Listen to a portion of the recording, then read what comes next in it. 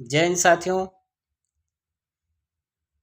भारत के संपूर्ण स्त्रियों को शिक्षा प्राप्त करने का अधिकार नहीं था, यानी पढ़ने लिखने का, धन संपत्ति रखने का अधिकार नहीं था भारत के किसी भी महिलाओं को। चाहे एससी की महिलाएं हों, चाहे एसटी की महिलाएं हों, चाहे ओबीसी की हों, चाहे सामान्य वर्ग की हों, नीची जात का हो चाहे ऊंची जात का हो, किसी भी महिलाओं को पढ़ने लिखने का अधिकार प्राप्त नहीं था। तो बाबा साहब डॉक्टर भीमराव अंबेडकर जी ने जब संविधान सभा में संविधान तैयार हो रहा था तो उन्होंने हिंदू कोड बिल पेश किया। हिंदू कोड बिल में महिलाओं को शिक्षा का अधिकार प्राप्त था, समानता का अधिकार था, धन संपत्ति रखने का अधिकार प्राप्त था, कि महिलाओं को भी समानता का अधिकार हो, बराबरी का अधिकार हो, यह भी पढ़ लिख सकें, आगे बढ़ सकें। लेकिन भारत के कुछ नेताओं ने इसका विरोध किया और हिंदू कोड बिल फाड़ के फेंक दिया, इसे पास नहीं होने दिया।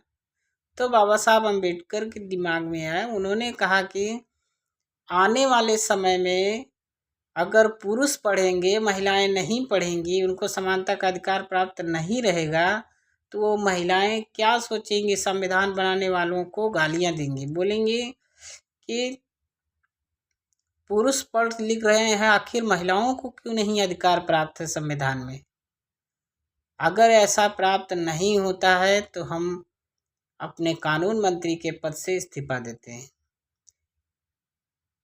सोचिए कि उन्होंने, बाबा साहब अम्बेडकर ने 1951 ईस्वी में कानून मंत्री का पद त्याग दिया जब हिंदू कोड बिल पास नहीं हुआ संसद में। फिर महिलाओं को पढ़ने लिखने के लिए, धन संपत्ति रखने के लिए जब हिंदू कोड बिल पास नहीं हुआ तो बाबा साहब डॉक्टर भीमराव अंबेडकर जी ने इस अपने कानून मंत्री के पद को त्याग दिया। सोचिए कि आज अगर कोई गांव का अगर मुखिया रहता है, प्रधान रहता है, अगर उसको कह दिया जाए कि अगर गांव की महिलाओं के लिए या समाज के लिए ये काम नहीं होता, आप अपना प्रधान का पद त्याग दीजिए। जो एक दो गांव का प्रधान होता है वो प्रधान का पद त्यागता नहीं है। लेकिन सोचिए बाबा साहब अम्बेडकर कितने दिलेर आदमी थे, कितने सामाजिक आदमी थे कि उन्होंने भारत की महिलाओं को, चाहे वो किसी भी जात के हों, चाहे वो एससी के हो, एसटी के हो, ओबीसी के हो या सामान्य वर्ग की हो, उनको पढ़ने लिखने का अधिकार, धन संपत्ति रखने का अधिकार, उन्हें जो समानता के अधिकार प्राप्त कराने के लिए उन्होंने कानून मंत्री का पद त्याग दिया। जो पूरे भारत के कानून मंत्री थे उन्होंने अपना पद त्याग दिया, सोचिए। लेकिन आज भारत की वही महिलाएं उनके बारे में नहीं जानती हैं। सोचिए, वो तो नारी मुक्तिदाता हुए ना। तो इनका श्रेय फिर उन्होंने, जब संविधान सभा में ऐसा हो गया तो भारत के जो महत्वपूर्ण नेता लोग थे उन्होंने फिर डॉक्टर अंबेडकर को बुलाया और इस हिंदू कोड बिल को पास किया और महिलाओं को पढ़ने लिखने का अधिकार, धन संपत्ति रखने का अधिकार प्राप्त हुआ।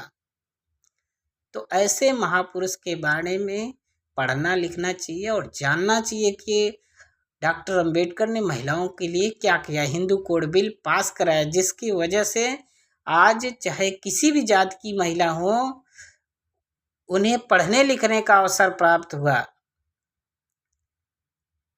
अगर वो हिंदू कोड बिल नहीं पास हुआ होता तो आज भारत की कोई भी महिला पढ़ लिख नहीं पाती और कोई अधिकारी, कर्मचारी, डॉक्टर, मास्टर, इंजीनियर, आज कोई भी अगर महिला अगर किसी श्रेणी में या किसी कर्मचारी में या किसी नौकरी में अगर व्याप्त है तो वो बाबा साहेब डॉक्टर अंबेडकर की देन है। अगर हिंदू कोड बिल वही पास नहीं किए होते, कानून मंत्री का पद नहीं त्यागे होते, तो जो हिंदू कोड बिल था वो पास नहीं होता। जब वो पास नहीं होता तो पढ़ने लिखने का अधिकार प्राप्त नहीं होता, महिलाओं को धन संपत्ति रखने का प्राप्त अधिकार नहीं होता महिलाओं को, तो आज पढ़ लिख नहीं पाती। आज अगर देखा जाए तो पूरे भारत में अगर भारत की प्रथम महिला IPS अधिकारी अगर बनी है तो किरण बेदी, जो भारत की प्रथम महिला IPS अधिकारी एक किरण बेदी बनी है, तो वो उनका श्रेय बाबा साहेब डॉक्टर अम्बेडकर को जाता है। भारत के उत्तर प्रदेश के 4 बार मुख्यमंत्री रही माननीय सुश्री बहन कुमारी मायावती जी अगर मुख्यमंत्री बनी तो उनका श्रेय बाबा साहब अम्बेडकर को जाता है। अगर वो पढ़ती लिखती नहीं तो आज नेता नहीं बनती, मुख्यमंत्री